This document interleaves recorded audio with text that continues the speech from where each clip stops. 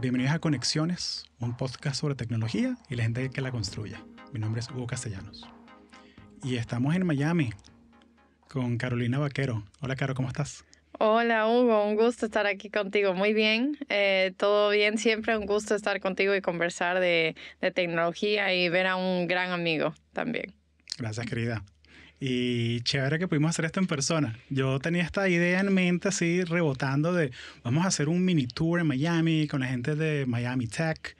Hay tanta gente que se ha mudado de Nueva York, de California, Florida, y como que hace falta un podcast, ¿sabes? Que sea así de este contenido y sobre todo en español, ¿no? Que no hay tanto contenido así. Así es. Realmente es que la escena de Miami Tech ahora mismo está booming, está explotando y es como tan importante hablar sobre ello, especialmente porque la gente no sabe que estamos aquí, así que es importante dar esa presencia, o sea, que la gente se sienta que los latinos estamos desarrollándonos en tecnología, especialmente aquí en Miami. Sí, genial. Bueno, bienvenida. Gracias.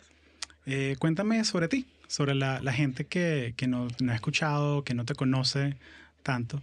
Pues sí, pues yo soy Carolina Vaquero, soy de todo lado un poco, nací aquí en Estados Unidos, mi familia es de Ecuador, me crié en República Dominicana, soy también italiana, así que soy ciudadana del mundo. Y bueno, he estado aquí trabajando en Miami para LinkedIn los últimos 3 años. Trabajo como Product Marketing Manager, mercadeo de productos para nuestra plataforma de aprendizaje y nuestras herramientas de reclutamiento. Así que además de eso, soy la líder de nuestra comunidad remota de LinkedIn, que somos 80 empleados, y también soy la líder de nuestro grupo de latinos dentro de la empresa, nuestro, como se dice, Employee Resource Group, que se llama Hola, hispanos el grupo de afinidad. Exacto, grupos de afinidad. O sea, que hay de latinos, de asiáticos, de padres también, de veteranos. Exactamente. Sí. Así que hago de todo un poco, muy involucrada en el tema de, como dije, de tecnología aquí en Miami, pero también de dar esa voz a los latinos en esta industria que estamos cogiendo bastante fuerza. Genial, me encanta. Mira, tengo un pequeño icebreaker antes de que vayamos al tema. Si ubicas estos juegos como Street Fighter, Mortal Kombat. Realmente hago boxeo y me acabo de comprar unos wraps, lo que te pones en la mano de Street Fighter. Así que y Mortal Kombat es mi videojuego favorito, así que me da risa que lo menciones. Perfecto. Esto fue cero planeado, así que me encanta. Bueno, pero si ubicas que tienes como que una barrita verde de vida, como de cuánta energía te queda, like the stats. Entonces, imagínate si tú pudieses ver a cualquier persona en la vida, en el mundo, cualquier persona, y pudieses ver una estadística flotando encima de sus cabezas.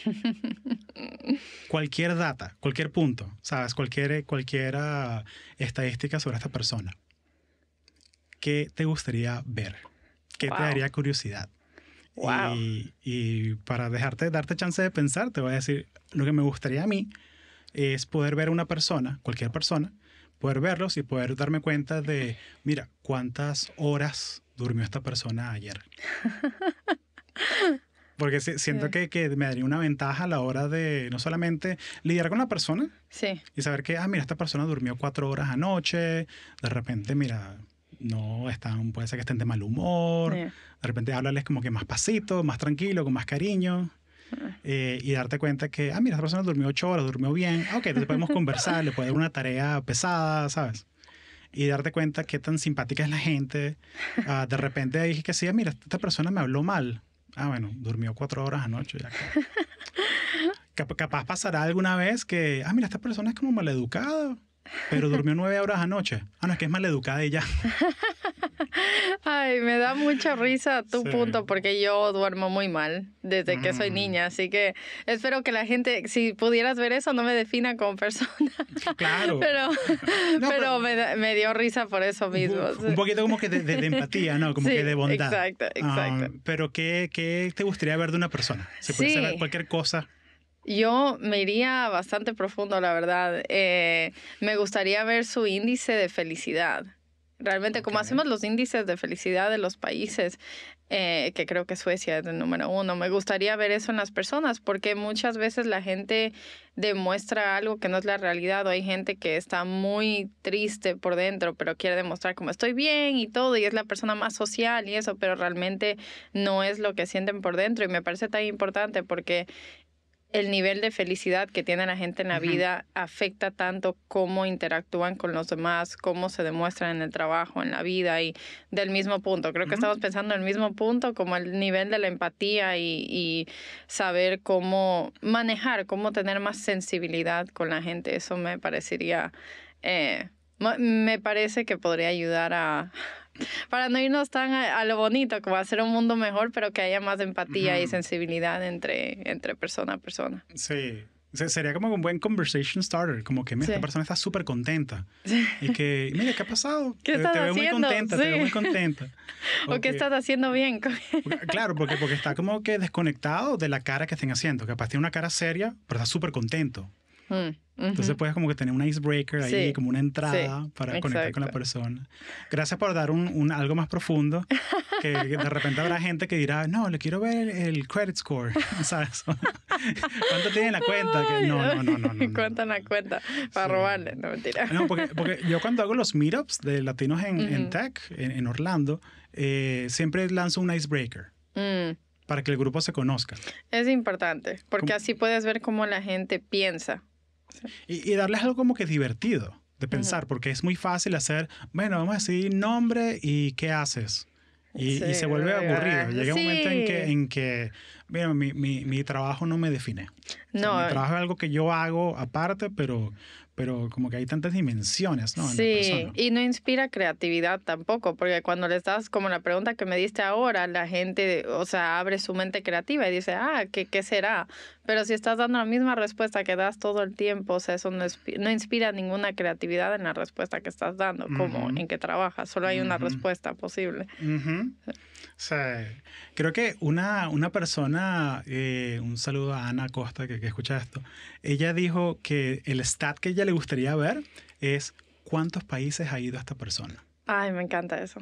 Entonces, de repente estarías caminando, no sé, en el Publix, en el mercado, de repente ves que sí, 1, 2, 3, 1, 2... 150. ¿Quién es esta persona? Hola, ¿cómo estás? Como que tiene que tener unos cuentos buenísimos esa persona. Ay, qué cool. Eso sería chévere. Sí, creo que tendrías como 30, algo así. Yo creo, la última vez que conté eran como 27, algo así. Wow. Sí, así que ahí voy.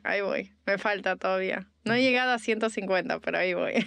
Está en tu roadmap, en tu plan de carrera. Está en mi plan de carrera. Y a lo mejor en los próximos años llegar a Asia. No he ido a Asia todavía, no he ido a África, así que eso sería como mi meta para los próximos años. Sí, porque tú haces algo muy curioso, muy interesante, que es que tú vas a diferentes ciudades del mundo, tú trabajas para LinkedIn y vas que sí a París y te metes a la oficina de LinkedIn en París a trabajar remoto desde ahí. Sí. ¿De dónde salió eso? ¿De dónde? Me da risa porque la gente primero dentro de la compañía me pregunta si estoy loca y segundo siempre me preguntan que si, entonces, wow, qué chévere, tu compañía te paga para... No, pero como me gusta tanto viajar y me encanta, la razón por la que a mí me gusta viajar es porque me encanta la cultura, me encanta conocer gente y me parece chévere conocer gente dentro de la empresa porque es tan diferente. Las empresas globales, especialmente tecnología, son tan enfocadas en Estados Unidos, están obsesionadas con Estados Unidos que no perciben que hay otro mundo fuera de eso. Entonces vas y conoces gente en la oficina de París, en la de México, en la de Milán y su percepción de la compañía o de lo que es importante es completamente diferente. Pero además las oficinas de tech todas son increíbles, o sea, todos los beneficios que tienen, la comida y todo, y cada oficina es chévere, tiene su personalidad según la ciudad. Así que sí, se me ocurrió, usualmente lo que hago es planear como, me voy a ir como eso mismo, tuve un viaje, voy a ir a Milán y a París, hay una oficina allá, entonces voy a ir. Así que me encanta y siempre conozco muchísima gente, me hago amigos, porque la gente en LinkedIn es bien amable. Entonces, me hago amigos, me sacan a pasear, también ellos son locales, entonces me llevan a los sitios locales, así que me encanta. Sí. No, y me encanta también que una vez hiciste como que el intercambio, me acuerdo que una persona del equipo en Nueva York, Miami, te presto mi apartamento, tú me prestas tu apartamento en Nueva York. Me encanta eso porque uno llega dentro de LinkedIn, uno llega a ser amigos. Sí. Pues eso nos conocimos ahí, de hecho. Exacto. Y como que la amistad se mantiene, ¿sabes? Sí, y es bien interesante porque hay esta conversación sobre si es correcto que las compañías contraten por culture fit, o sea, que tengas una afinidad con la cultura de la empresa, pero realmente sí, lo que me parece interesante en LinkedIn, todo el mundo realmente es muy bueno, muy buena gente, muy dispuesto a ayudar. Y no sé si es que están contratando el mismo tipo de gente, de la misma cultura, o del mismo país, o de la misma proveniencia, o misma experiencia de vida, pero estás conectando a toda esta gente que realmente son bien bondadosos y generosos. Así que es chévere que como empresa de 18,000 empleados, eso sea algo que se distingue de la gente que trabaja ahí. Sí, es como que un valor en el núcleo de los equipos, ¿no? Exacto. Que la gente sea generosa. Un valor compartido, así es. ¿Tienes alguna oficina favorita de las que hayas visitado? Sí. Mi favorita es la de Dublin, en Irlanda, que es la sede de toda Europa. Y me encanta porque parece como la escuela de Hogwarts en Harry Potter. Oye, tiene unas escaleras súper chévere y lo que más me gusta es que es demasiado internacional,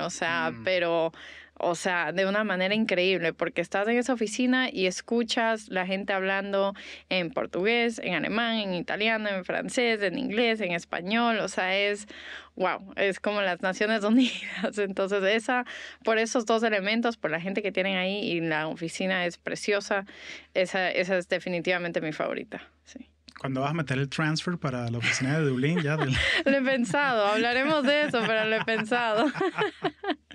Sí, es como que lo que absorbe todo el sol de Miami, que no pega en Dublín, porque lo vas a extrañar. Sí, eso fue lo más interesante que descubrí en Dublín, que todo el mundo, el doctor, cuando van al doctor, al doctor general, le dicen que tienen que tomar vitamina D porque no da suficiente el sol. Y digo, ese problema no tenemos en Miami. No. Y yo también me crié en República Dominicana, entonces se me haría difícil estar en un sitio, no solo que no haya playa, pero que no haya sol. Eso sería complicado. Sí, hay que hacer como que un análisis así SWOT. Exacto. Las fortalezas, los retos, sí, poner una listica ahí. Exacto, oportunidades, riesgos. Ajá. Pero entonces, y conectando esto con el tema de trabajar remoto, si uno tiene, como que estas oficinas te ofrecen tantos beneficios, ¿no? Que tienen gimnasio y que te lavan la ropa, que te dan almuerzo, que hay café gratis, que en serio se preocupan por la ergonomía, que tengas tu buen setup, tu buena silla. ¿Por qué entonces trabajas remoto desde Miami? Porque si podrías trabajar desde San Francisco, desde New York. ¿Qué te motiva a ti a seguir trabajando remoto desde aquí? Es un gran punto porque realmente si alguien me podría dar desayuno y almuerzo todos los días, yo sería tan feliz. No soy una persona que le gusta cocinar, lamentablemente. Me encanta la idea, pero no tener que hacerlo. Pero nada es más importante que poder estar en el sitio que quieres estar. Ese es el gran problema de trabajar en la oficina versus los beneficios de estar remoto. Mi beneficio de estar remoto es que puedo vivir en Miami. ¿Y por qué eso es un beneficio para mí personalmente? Porque estoy a 2 horas de avión de mi familia en República Dominicana. Les veo demasiadas veces al año, nos vemos muchísimo. Entonces, además de eso, que es muy importante, si podríamos decir que es lo más importante de la vida, creo que todos podríamos ponernos de acuerdo que es la familia. Sí. Y segundo, que uno tenga la elección de poder estar en el sitio que uno quiere. Para uno como latino, estar en Miami yo siempre digo, es como vivir en Latinoamérica con los beneficios de estar en Estados Unidos. Es un lugar demasiado especial para ser latino porque te sientes tan en casa, hay tanta calidez realmente que esta ciudad ha sido determinada por nuestra cultura latina. Esta es la capital de Latinoamérica. Y por más que yo viví en Nueva York y iba a la oficina de Twitter y me encantaba, no hay nadie que me despierte a las 7 de la mañana para coger el tren y ir a una oficina todos los días por el resto de mi vida. Eso la flexibilidad que tienes en tu día a día de hacer la comida que te ayuda a estar sano a ti para poder organizarte tu vida en términos de dormir las horas suficientes, organizarte los quehaceres de la casa. Realmente yo pienso en los padres, la gente que tiene familia, que tiene hijos, cómo les ha hecho muchísimo mejor la calidad de su vida. Entonces, todo lo que hablamos de los beneficios del gimnasio, de la comida, o sea, si pones en una balanza realmente que para mucha gente como yo no es suficiente, no es lo mismo, no están ni se comparan. Claro. Sí, y eso es un tema recurrente, ¿no? O sea, porque, por ejemplo, está lo que pasó ahorita con la gente de Dell, ¿no? Que tienen este mandato de regresar a la oficina y que ya está codificado en la empresa que si tú trabajas 100% de remoto, si no estás yendo a la oficina, ya te quitan de la lista de gente considerada para promociones. O sea, eso ya... No te pongas brava conmigo, yo no soy de Dell. O sea, estás ahí como... No. No, pero ¿qué opinas tú de eso? Sí. O sea, ¿tú crees que... Porque, o sea, obviamente es un problema complejo, ¿no? Porque hay mucha gente con diferentes incentivos, ¿no? Sí. O sea, porque si tú eres Twitter o eres Dell y tú, alquilaste un edificio en downtown, en Manhattan o en San Francisco o en Miami, y es un lease carísimo, tú quieres ver tu ROI, tú quieres ver que la gente use el edificio, ¿no? Entonces tienes ese incentivo por un lado, pero también tienes el incentivo de la persona de que, mira, no. Del ser humano. Del ser humano. Y simplemente así que, mira, yo no voy a trabajar híbrido. O sea, yo vivo donde quiero vivir, cerca de la escuela donde mis hijos estudian, cerca de mi familia, cerca de repente de un familiar que está enfermo y lo puedo ayudar, estoy cerca. Entonces como que hay muchas variables así. Entonces como que compiten esos dos incentivos, ¿no? O sea, esos dos maneras de ver la vida, ¿no? Sí. Pero me llama la atención es que ya está codificado, o sea, como que... Porque siempre se pensaba que, no, mira, esta persona que viene a la oficina lo voy a tomar más en serio. Tiene como que más skin on the game, está como que más involucrado. Sí. Pero estas personas que están trabajando remoto, ¿sabes qué? No los consideremos para promociones, que se queden en ese nivel donde están siempre. Yo me río porque... El gran problema de trabajar remoto es que nunca paras de trabajar, nunca paras de pensar, porque no hay límites, no hay el límite de que estoy en la oficina, entonces cogí el tren o me monté en mi carro y ya vine a mi casa. O sea, tienes tu celular, tienes tu computadora está al lado, que oyes el ping ping del Outlook, entonces realmente uno siempre... El que está trabajando remoto siempre está activo. Entonces, se ha vuelto un problema y una batalla muy grande entre los empleadores y los empleados. Y yo entiendo, ¿no es cierto? Las empresas dicen, yo he hecho esta inversión enorme en esta oficina, en estos beneficios para ustedes. Y también lo que he escuchado es que muchos ejecutivos quieren rescatar la creatividad e innovación de las conversaciones que había en las oficinas y toda la colaboración, pero se olvidan que pasó una pequeñita cosa que se llama una pandemia que cambió todo, porque antes los empleados hacíamos muchos sacrificios para ser parte de ciertas empresas, ¿no es cierto? Mudarnos a Nueva York, mudarnos a San Francisco, que son ciudades caras, ciudades complicadas, o sea, donde uno no tiene como, digamos, hablando de latino a latino, no tienes tu familia para apoyarte, para estar especialmente... Tu sistema de apoyo, ¿no? Tu sistema de apoyo. De repente hay gente que tiene padres, que tiene hijos y tal, y quiere que te cerquen los abuelitos, Exacto. ¿no? O si están mayores y necesitas cuidarles, entonces uno hacía muchos sacrificios y cuando pasó la pandemia y empezamos a trabajar remoto, entonces nos dimos cuenta como... Wow, o sea, qué calidad de vida, qué balance de vida. Entonces ahora queremos quitarle eso a la gente y es muy difícil a la gente convencerle de que, no, ya no, mentira. Y yo creo que sí llega un punto, estamos en esta batalla, nadie está bien, nadie está mal, pero que las empresas tienen que, los ejecutivos darse cuenta, especialmente en la tecnología, que somos tan innovadores. Ok, ¿cómo le buscamos la vuelta? ¿Cómo vamos a trabajar en este nuevo mundo?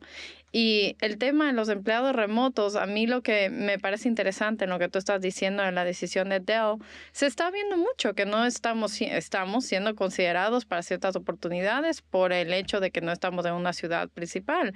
Pero a mí lo que me frustra es, quisiera, ¿dónde está el data? ¿Dónde está la información, la evidencia para decir los empleados remotos no están ejecutando de la misma manera que la gente en la oficina? O sea, de verdad, con la mano en el corazón, si tú me dices, mira, la mayoría de empleados remotos no están cumpliendo sus metas, sus objetivos, están en performance improvement plans, entonces, oye, de verdad, me equivoqué, lo siento, o sea, retiro lo dicho, pero eso es lo que a mí me gustaría ver de las empresas, un poco más de transparencia, un poco más de información hacia los empleados de por qué estamos haciendo la manera de que estamos haciendo las cosas. Y esa es la cosa, que hay muchas veces que no es un estudio, es simplemente que, mira, el board directors le dio la gana.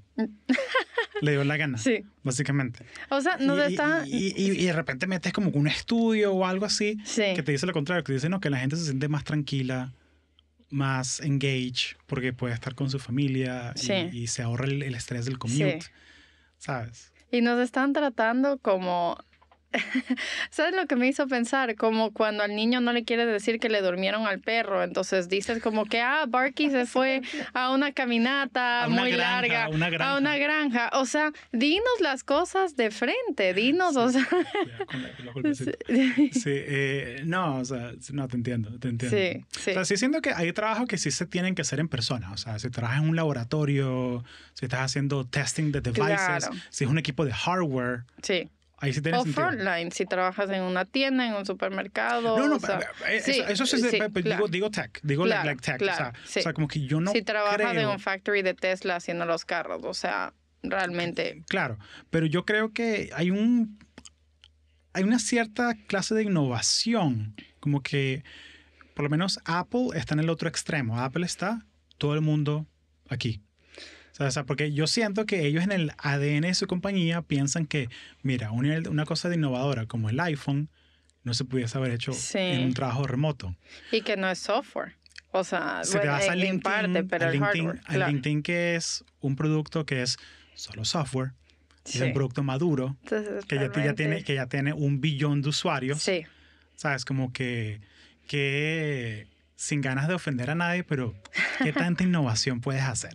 O sea, como que porque se puede en persona, por ejemplo, sí, o sea, que tenga que ser en persona, porque realmente Apple es Apple. También estamos hablando de que si tú quieres trabajar para nosotros, y mucha gente quiere, o sea, Apple es una compañía demasiado respetada en nuestra industria, y el que quiere va a decir, mira, yo me voy a tu super campus que tienen, que es increíble, la gente lo va a hacer. Sí. Por ahí viene el episodio de Apple con una ingeniera que trabaja con ellos y se trabaja muchísimo. O sea, ese tema de work-life balance no existe. Es producto primero. Claro, la cultura. Más que sí. Y realmente en LinkedIn lo interesante es que nosotros siempre decimos que somos un people first company. O sea, primero es la cultura, la persona, el ser humano. Entonces, ahí es donde este tipo de conversaciones agarra más significado y te quería compartir en verdad esta estadística, que hay unas encuestas que dicen que 90% de las compañías sí van a hacer regreso a la oficina para el fin de este año 2024, pero aquí viene el problema, que los empleados que vayan a estar en esa situación, que les tengan que ir a la oficina, van a considerar, el 57% de ellos van a considerar conseguir nuevos trabajos si no pueden trabajar de manera remoto. Entonces, ¿qué pasa ahí? El riesgo de las compañías que se pongan en esta posición y tienen que, a lo mejor, ponerse en esa posición bien dura, van a perder talento, a lo mejor tal vez hasta del mejor talento de la gente, de la mejor gente que tienen dentro de la empresa. Entonces, ahí es que a mí me parece interesante. O sea, quieren sufrir ese riesgo, están bien con eso, especialmente en esta... Sí, es un riesgo calculado, es un riesgo calculado y yo creo que ya desde el punto de vista de los empleados, o sea, la gente que escucha esta clase de contenido que estamos haciendo, busca construir tu caja de herramientas para que puedas votar con tus pies. O sea, vete al sitio donde te tratan mejor. Sí, y está difícil porque ahora mismo con esta economía y especialmente este labor market, este estado en el que estamos para conseguir trabajo está bien complicado. La gente no hay mucho donde irse porque en Big Tech no están contratando tanto. Entonces, como empleado no puedes decir, ya me cansé de que no me dejen estar remoto. Y eso, mentira. No importa, aquí me quedo. Entonces, es un tema que está bastante peleado. O sea, está inestable, porque como de 2010 para acá nos vendieron lo de aprende a programar, tech, vas a tener seguridad laboral, y no, layoffs. Sí. Es como, es triste, pero es bonito ver que si en LinkedIn, que hay como que ahí orgánicamente pasa, que de repente se organizan y vamos a hacer un spreadsheet en Airtable de todos los empleados de mi equipo que han sido laid off y con su resumen y los links y todo. Aquí está el talento que se fue hoy de Twilio, por ejemplo. Sí. Hiring managers, aquí está la tarea hecha. ¿Sabes? Para que busquen gente que es muy buena en su trabajo, pero simplemente, ¿sabes? Fueron víctimas de un layoff y esas cosas pasan. Sí, y es complicado porque realmente uno no sabe qué esperar, ¿no? O sea, estos layoffs también de la manera que se hacen no es muchas veces muy selectiva, es muy como que random, es muy como que no sabes quién va a caer. Entonces uno también, como el empleado que se queda dentro de la empresa, no es que uno se queda tranquilo, uno se queda como, ¿y ahora? O sea, va a volver a pasar, estoy bien. Y uno medio trabaja todos los días y dice, aquí vamos, con fuerza. Y yo también estuve en la situación de cuando me fui de Twitter, fue porque pasó la pandemia. Yo tenía un contrato de 6 meses y ya no pude renovar porque, o sea, todo el mundo se fue para abajo y había hiring freezes, no estaban contratando en ningún lado. Y después, por suerte, encontré mi trabajo en LinkedIn. Pero sí creo que es una empresa donde tienes que estar poder aceptar el cambio. Tienes que estar listo para cualquier cambio porque las cosas se mueven demasiado rápido. Nos afecta demasiado cómo se está moviendo la economía, cómo están, no solo nuestra competencia, pero también las otras compañías dentro de tech que están haciendo, mira, Apple está tratando de hacer AI, entonces nosotros tenemos que meterle más a la marcha, más rápido. Están estas alianzas, ¿no? O sea, que Apple está dejando que Google use parte de su hardware para entrenar modelos de AI. Que es como que para que Meta tenga menos ventaja. Entonces es como que ya, pues están aliando para... ¿Sabes? Sí, entonces como que, mira, en esta parte somos competencia, pero en esta cosa somos aliados. Sí. Porque el AI Race es increíble. O sea, yo creo que es muy emocionante vivir en esta época. Sí, y nosotros tenemos mucha suerte ya que Microsoft es el dueño de LinkedIn y ellos fueron los que invirtieron 10 billones en OpenAI, y entonces nosotros estamos como que de primeros ahí. Pero igual hay mucha presión. Ahora hay mucha presión de ser los primeros, de que nuestros clientes quieran adoptar todos nuestros recursos, todo lo que tenemos que dar. Entonces, con todo viene mucha responsabilidad con ser como los pioneros en este campo. La propuesta de valor de LinkedIn siempre ha sido la cantidad de usuarios, ¿no? O sea, el grafo, o sea, el gráfico de toda la gente que usa la plataforma. Así es. O sea, ahorita que yo me acuerdo que cuando cruzaron el medio billón fue increíble. Y luego cruzaron el billón. Es como ahora el billón, sí, 1,000 millones, es increíble. 1 billón de usuarios obligados para el mundo. Sí, es realmente increíble toda la información, como tú dices, del Economic Graph, de toda la información que podemos agarrar y de esa manera enseñarte los trabajos más relevantes y también como que en nuestra plataforma de aprendizaje las aptitudes que necesitas al momento, pero siento mucha suerte de estar en esta empresa en este momento que realmente... Y remoto desde Miami, o sea que tienes lo mejor de los dos mundos, ¿no? Pues sí, por eso nadie me lo quita. Genial, pero hablemos de Miami un poquito, porque o sea, tienes un rato acá y me gustaría saber qué te gusta de vivir aquí. O sea, ¿qué te gusta? Ay, ¿qué no te puede gustar? No, mentira. Bueno, lo que mencioné antes, creo que ser latino en Miami es un lujo demasiado grande. Poder... Hablo español todos los días y vivo en Estados Unidos. Eso es increíble. O sea, ¿dónde más en Estados Unidos tienes ese privilegio? Al menos que estés en una comunidad hispana. Eso me encanta la diversidad de las culturas, especialmente desde la pandemia. Se ha mudado gente de todo el mundo a Miami, entonces hay muchísimo más eventos, cultura, o sea, cosas...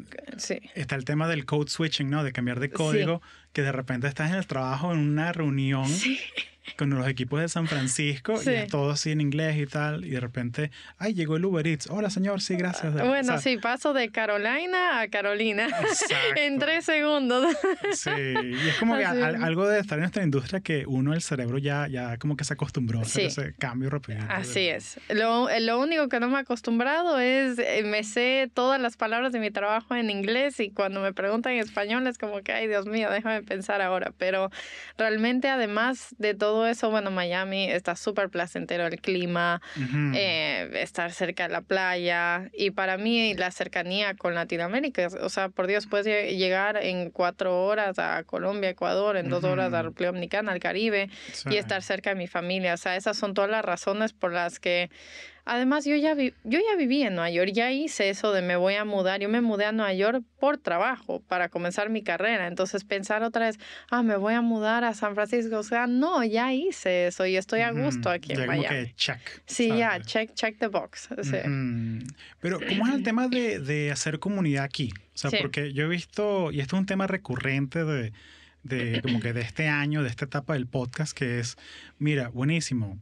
Yo conseguí el trabajo ganando 6 figures de San Francisco, pero me pude mudar para Texas. Y me compré la casota con piscina, chévere, tengo para la lancha y todo eso. Pero ahora, ¿cómo hago amigos?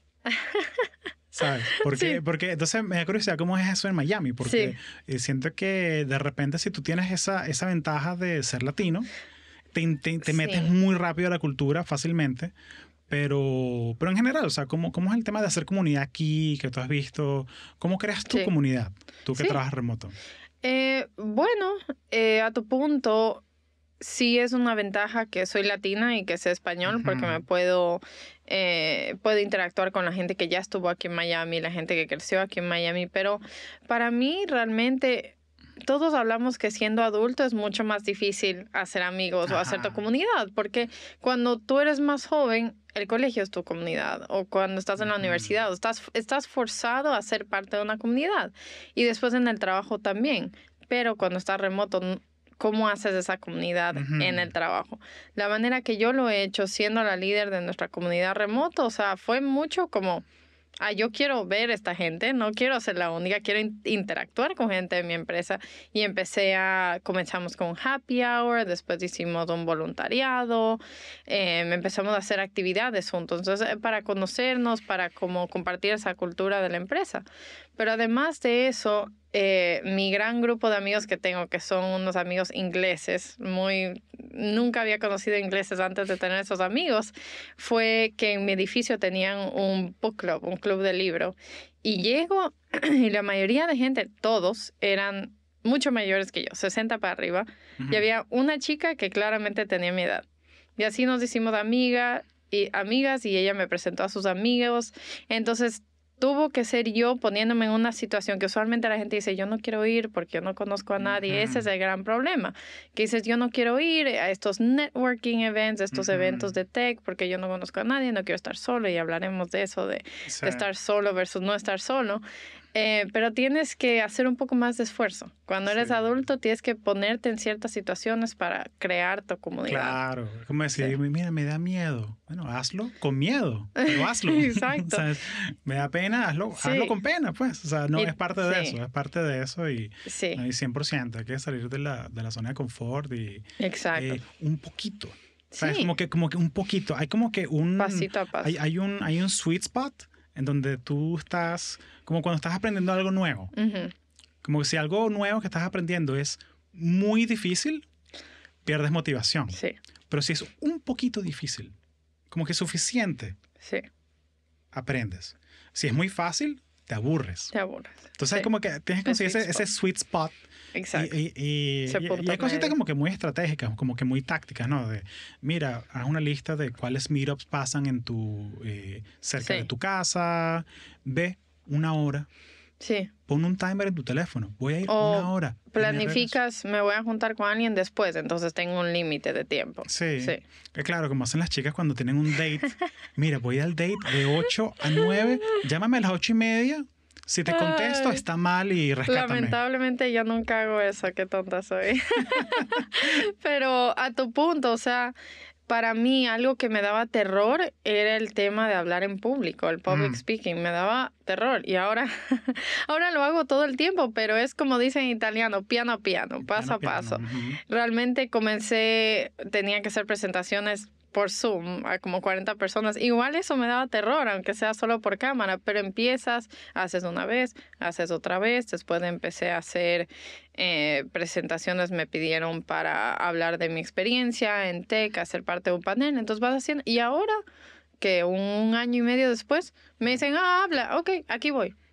Y yo me sorprendo. Ya como que lo hiciste parte de tu toolkit. ¿No? Yo me sorprendo porque ahora es como que, ok, 80 personas, ok, aquí voy. O sea, ni lo pienso, pero eso es el crecimiento personal, ¿no? O sea, lo que tú dices, o sea, te pones en ciertas situaciones donde vas desarrollando esa capacidad, porque también eso de crear tu comunidad y del networking es una habilidad, no es que la gente netamente es carismática, hay gente que sí es sociable, pero no todo el mundo es así, entonces te vas poniendo en situaciones donde te vas sintiendo más cómodo, y yo igual, no era la persona más social, ahora mi familia me dice, mira, ahí está la Carolina hablando con una persona, ya está conversando. Entonces son cosas que te pones en situación y te vas sintiendo más cómodo hasta que ya no lo piensas para nada. Claro, no, pues tienes una personalidad como que aquí se para una mosca y Carolina es, hola mosca, ¿cómo estás?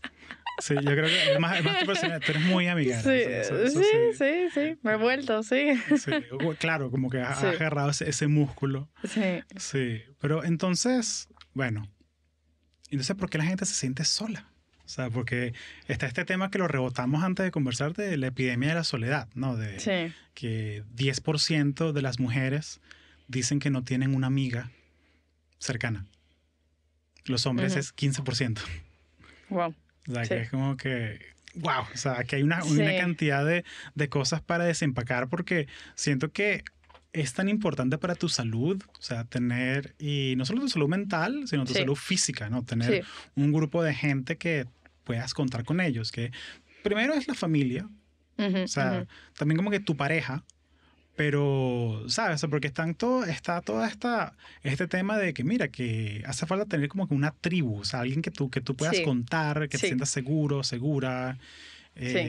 Porque, o sea, la gente que se siente sola, eso te afecta a tu salud. Sí, y también tus cheerleaders, la gente que está ahí para darte fuerza, para amplificar, para como que llevar tu mensaje, llevar tu persona más allá. Y rebotar ideas. Exacto. Y yo te tiro otros datos también que encontré en una encuesta que hicieron en 142 países. 24% de la gente de 15 años o mayores dicen que se sienten increíblemente solas. Y además habla específicamente de 19 a 29 años, esa cifra es 27%. Entonces, realmente, cuando hablamos de la epidemia de la soledad, se habla mucho de las redes sociales, que eso, y de los celulares, de la tecnología, que la gente está invirtiendo demasiado tiempo, como que estando aislados en su propio mundo en vez de ir y estar con gente en persona. Además, yo no creo que eso es todo, pero yo te digo la verdad, creo que hay una diferencia entre estar solo físicamente y sentirse solo, la soledad física y la soledad mental, porque realmente para mí, por ejemplo, yo vivo sola y la gente me dice, Dios mío, no te sientes sola, pobrecita por aquí, tu familia, pero yo soy alguien que sí he trabajado mucho el autoconocimiento y yo también el amor propio. Entonces yo en mi propia compañía me divierto, escucho música, bailo y todo. Y realmente cuando yo pienso y la gente me dice si me siento sola, digo no. Yo tengo tanta gente en mi vida que me quiere y está conmigo. Tengo muchos grupos de amigos, tengo mi familia, tengo gente que vela por mí todo el tiempo, que me escribe a ver cómo estoy. Entonces creo que mucha gente se pone esta mentalidad de estoy solo y se pierde de toda la gente que realmente está a su alrededor, que está pensando en ellos y velando por ellos. Entonces creo que sí hay bastante una mentalidad de estoy físicamente solo, que sí es muy cierto si estás solo en tu casa, en una habitación, o si estás solo en esta vida. Entonces creo que la gente se fija en esta mentalidad. Y muchas veces es también lo que estamos diciendo, o sea, bueno, si te sientes solo, sal y conoce gente, o sea, sal al mundo e interactúa con la persona, con el vecino, con el del lobby. Pero entonces, esta persona de 15 años, sí, que se siente sola, insegura. En el 2020 tenía 11. Sí. Y en 2020 pasó algo que nos obligó a estar en la casa, con máscara, no podías ver a gente. Sí. O sea, como que en esos años tan particulares. Sí. Donde tú enseñas, donde crece tu mente y tu círculo y tal, como que aprendiste estos comportamientos, a tenerle miedo a la gente y a simplemente no juntarte. Y siento que hay una generación completa que perdió ese músculo de socializar. Sí. Porque simplemente, como que estamos al ejemplo de que tú estudiaste literatura inglesa y para ti analizar un poema es como que respirar. O sea, es algo como que tú me das a mí un problema de código y yo te lo resuelvo y para mí es como yo te resuelvo este cubo porque para mí es un juego. Pero ¿qué pasa si nunca aprendiste las herramientas? Esa es la cosa. Sí. Esa es la cosa. Entonces, ¿cómo hacemos como que una clase en la universidad que sea, no sé, como que charm school, como que sea como que networking skills? O sea, porque de cierta manera lo hay, porque si tú vas a LinkedIn y es cualquier cantidad de LinkedIn influencers compartiendo contenido de cómo crear tu red profesional, cómo mantenerla. O sea, como que hay un mercado ahí para esos life skills. Sí. Y es muy cierto lo que tú dices, hay que apreciar y no olvidar el tema de la pandemia que puso a esta generación tan joven en esta situación tan particular. Pero hablando de mi amor a la literatura, realmente hubo una frase que me encanta, que de Henry David Thoreau, que es el autor de Walden, lo pueden chequear, es un libro un poco lento, pero es un gran autor, que dice, en momentos de aislamiento la vida adquiere un sentido más intenso. Y tú hablaste de la inseguridad. Y yo creo que lo que sí no es único es que siempre la gente joven, los adolescentes que fuimos todos, tuvimos un tema de inseguridad y de ahí parte el tema de hacer tu comunidad, de ser sociable. Eso es algo que no ha cambiado, que en la gente joven todavía estás desarrollando ese músculo de sentirte seguro de ti mismo. Y es, para mí, yo diría, cómo enseñarle a la gente que en esa soledad o en esos momentos solos a autoconocerse, porque eso es lo que la gente no quiere o le asusta. Cuando estás solo te tienes que enfrentar a ti mismo y ver que no eres una persona perfecta y tú también tienes defectos y tú también haces las cosas mal. Y hay mucha gente que por eso adultos, adolescentes, que no quieren estar solos porque no quieren enfrentar todo eso. Y es muy difícil, trabajar en uno mismo. Pero es más fácil sacar el teléfono y scroll down. Exacto, como ¿sabes? dicen. Cuando estás incómodo, ¿sabes? En vez de que, me da fastidio ir a hacer la cola de... Exacto. ¿sabes? O donde el doctor, en la oficina del doctor, en la sala de espera, déjame sacar el celular. Entonces se ha vuelto esto como el biberón del bebé, o sea, para como que pacificador, para relajarnos. Entonces ahí, como tú dices, se han mezclado bastantes circunstancias, pero hay cosas que no han cambiado, que es el tema de las inseguridades, de enfrentarse a uno mismo, de tener ese amor propio, esa seguridad por uno mismo, que es lo que creo que hace que te sientas cómodo interactuando con las personas. Sí, y es como que la calidad de las conexiones, porque, mira, yo tengo 1,500 personas que en mi Instagram, ¿sabes? Pero es como que... ¿Cuántos son amigos? Claro, y cuánto es como que gente que tú conoces y que gente como que hablas todos los días y todo eso. Mentira. 20, o sea, 30. como que... Pero esa es la cosa, como que a los amigos, yo los tengo en el WhatsApp. Claro. ¿Sabes? Claro. Y a los amigos, yo los llamo y hablamos y nos vemos cada semana o cada 2 semanas o algo así.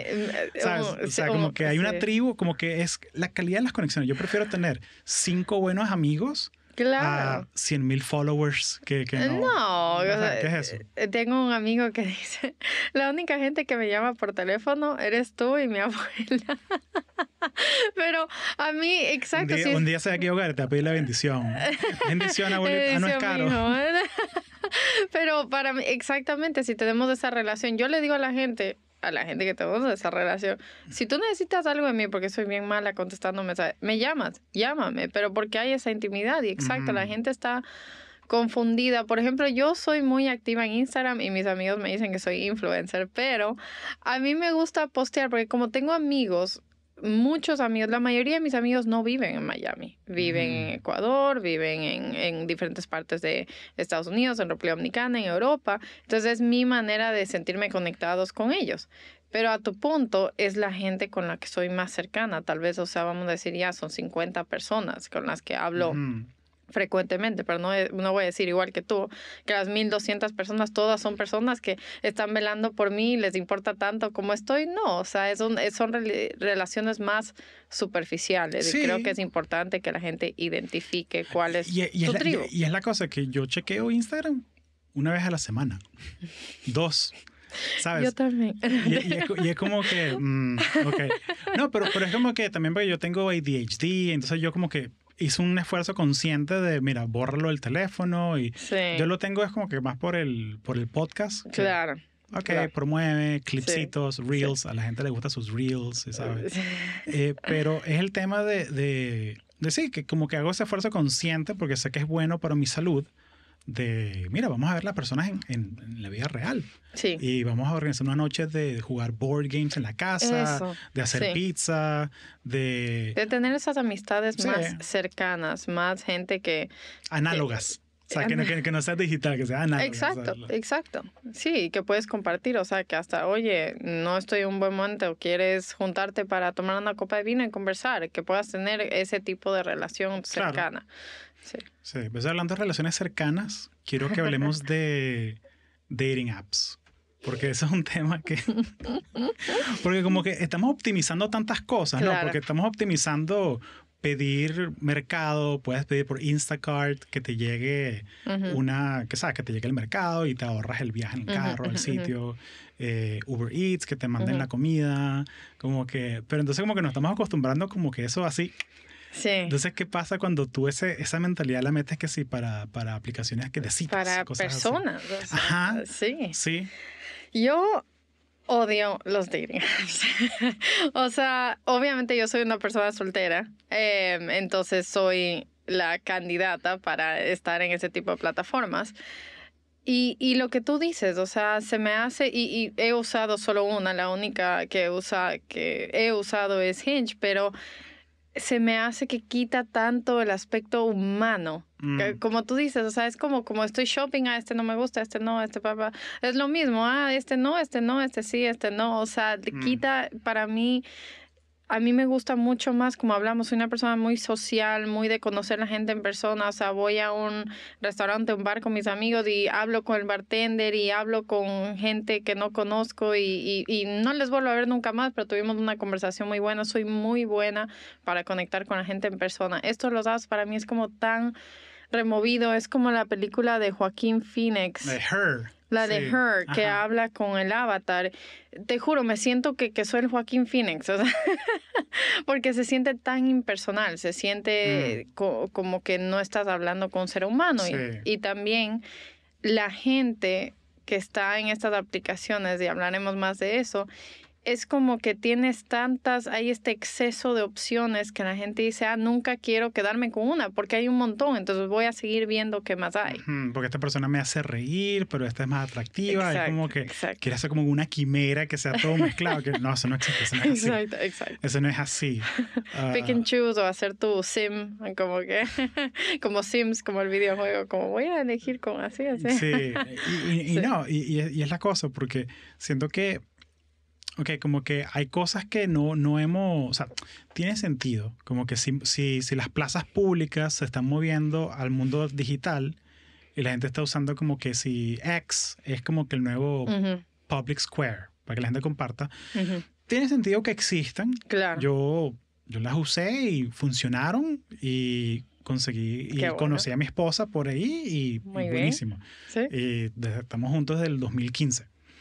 Entonces yo soy como que un caso de éxito. Sí. pero es la cosa como que funcionó y la borré y ya. Y se acabó. ¿Sabes? Como que no es como... Y ese es el tema, porque muchas veces siento que hay también una cosa como que de gamification, como que de hacer juegos con el dating app. Sí. Que llega un momento en que se convierte como el Tinder, o sea, que es como, mira, una cita aquí, una cita acá, pero no te enserias con nadie. Claro. Como que, ¿qué es eso? O sea, sí, no sé. Y yo creo que ese es como mi defecto, que no he aprendido a divertirme, porque yo realmente, especialmente en este tema, soy una persona muy seria. Soy muy seria, entonces yo estoy como que... O sea, estoy en una etapa de mi vida que es como que quiero un compañero. O sea, quiero a alguien que venga a añadir, a hacer, a compartir.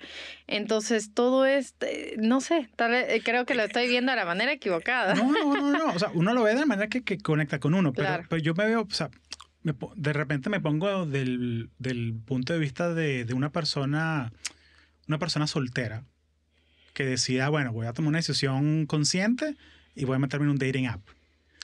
¿Qué pasa con esa persona que es, o sea, como tú, que es simpática, amiguera, pero de repente, mira, yo no soy bueno tomando fotos y no soy bueno escribiendo copy? Sí.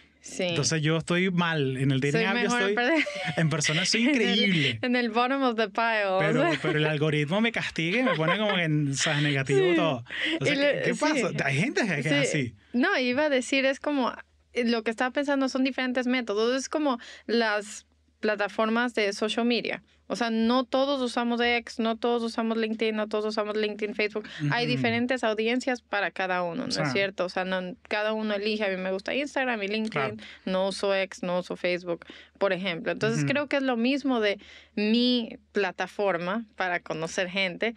Es en la vida real. Eso se presta mucho más a mi personalidad, a cómo soy yo, a poder tener ese feel de la persona realmente como es. Porque creo que también en los dating apps, además de ser muy superficial, puedes, ¿cómo se dice esto? Curate, puedes crear esta personalidad, o sea, puedes filtrar mucho quién eres, no estás mostrando realmente, puedes, antes, si conoces a alguien en persona, no tienes tiempo para como que, déjame enseñarles esta parte de mí que sí se ve mejor, o sea, es como que aquí vamos con lo que hay, pero en los dating apps la gente está poniendo como la mejor versión y tal vez hasta versiones que no son como ellos, no son la realidad, es como ellos se perciben, pero no realmente como son.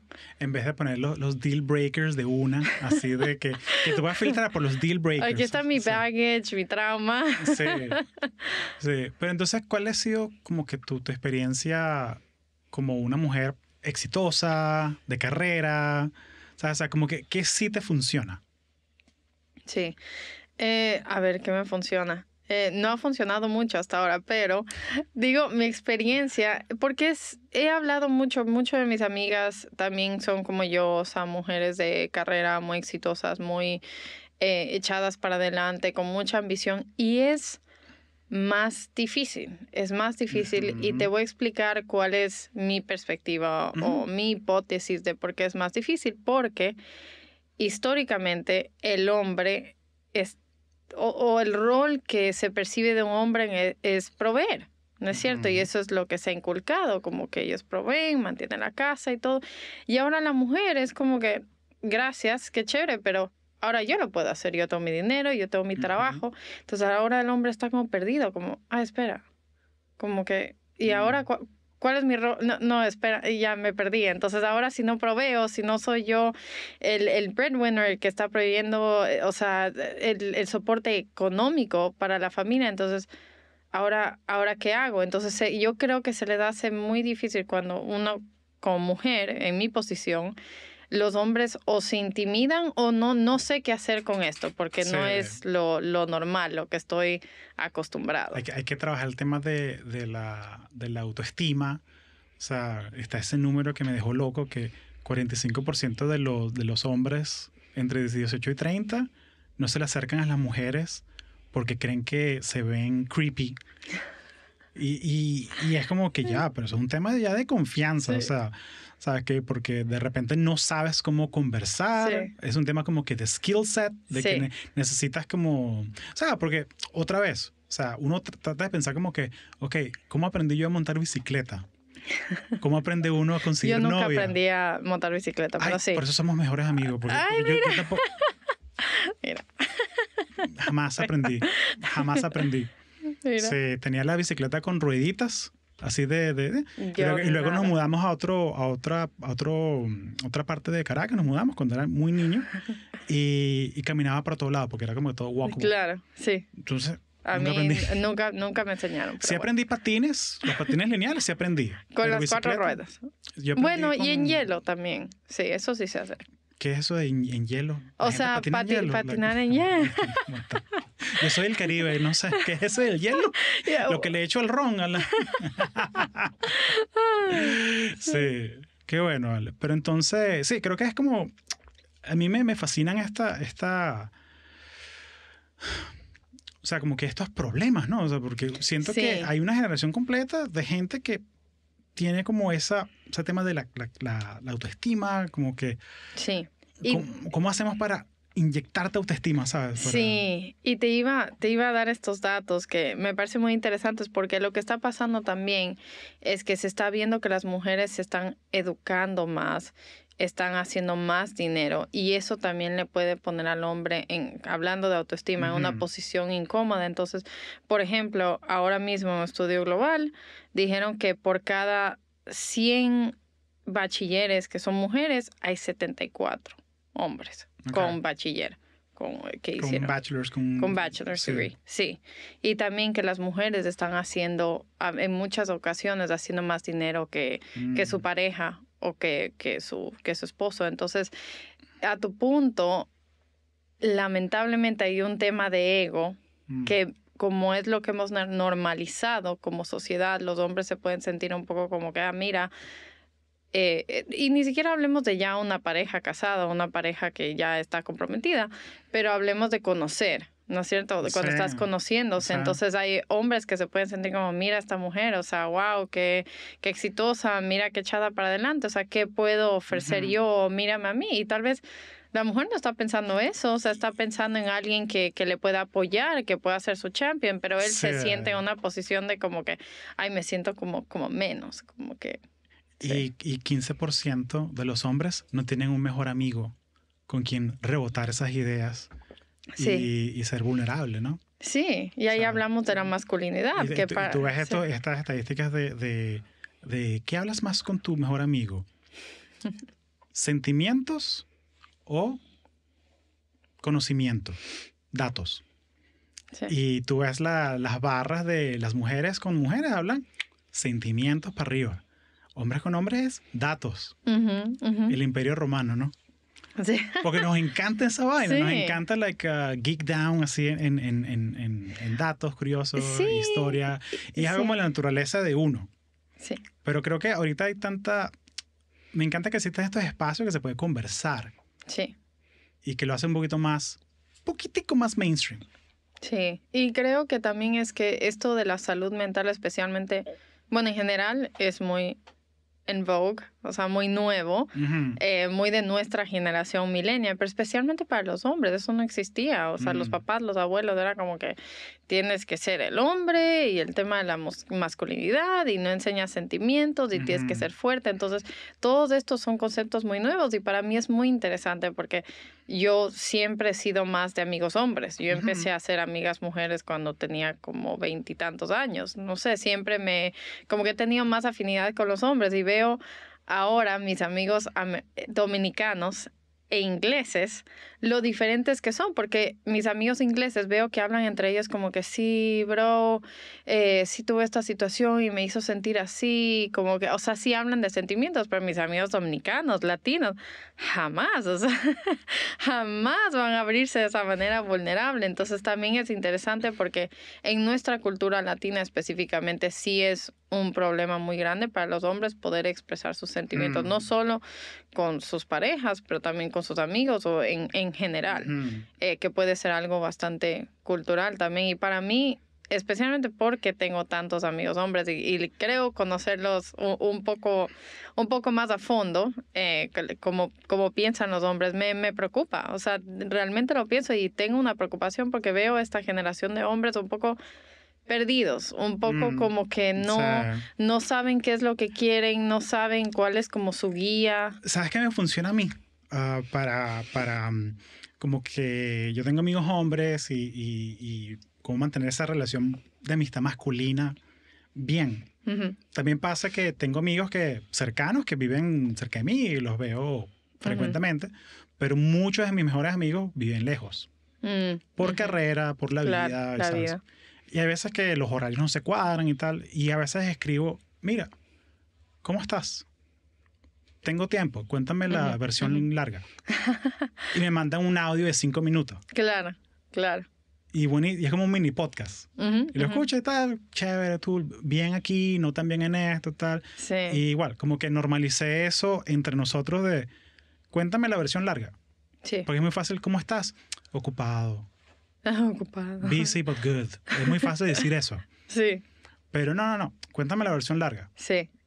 Y es interesante que digas eso porque pienso mis amigos dominicanos, yo realmente no sé cómo están. No sé si están bien o mal, pero no hablamos de eso. Claro. Pero mis amigos, por ejemplo, con un amigo inglés, o sea, me llama de la nada a preguntarme algo y terminamos hablando media hora de me siento así o estoy asado. O mis amigos ecuatorianos que salieron de bien chiquitos de Ecuador y estuvieron acá en Estados Unidos. Igual, estoy así con mi pareja, me está pasando esto, me está pasando tal. Entonces, eso me funciona. Y la otra cosa que me funciona mucho es, mira, cuéntame, esto porque me con mi pareja y todo. Sí. Mira, en vez de, ¿cómo estás? ¿Qué fue lo mejor que te pasó hoy? O sea, como que en vez como es una pregunta abierta. Claro. Pero manténlo positivo. Porque además, ¿cómo estás? Puede sonar muy superficial, como que, sí, te estoy preguntando como por compromiso, pero... Y capaz, ¿cómo estás? Quiero una palabra, capaz ahorita estás cansado. Sí. Pero mira, por las 9 de la mañana, no, tuve una llamada con esta otra persona y tal. Mira, cerré un contrato de tal cosa y tal. O sea, como que, ¿qué fue lo mejor de...? Entonces, esas dos cositas las he estado usando y funcionan muy bien. Mira, has sido muy generosa con tu tiempo, pero no quiero dejarte ir hasta que me cuentes sobre tu next play. Porque está este concepto de LinkedIn de ¿cuál es tu next play? ¿Cuál es tu siguiente trabajo? ¿Qué es lo que pero next play de ciudad. Entonces, ¿qué estás pensando? ¿Qué estás pensando? Te puedo contar, porque hablamos de lo que me gusta de Miami. Lo que me parece que le hace falta a Miami es una dosis de cultura. Mi sábado, domingo, cuando vivía en Nueva York, era, me levanto, voy a Central Park, me siento en una de las rocas grandotas que tienen, leo mi libro, escribo en mi diario y después, como era miembro del Met, iba al Met 3 horas y de noche me iba al Jazz Club. Entonces, esas sí son cosas, esas experiencias de música, de arte, sí me hacen mucha falta. Entonces, creo que para la próxima ciudad buscaría eso sería muy primordial.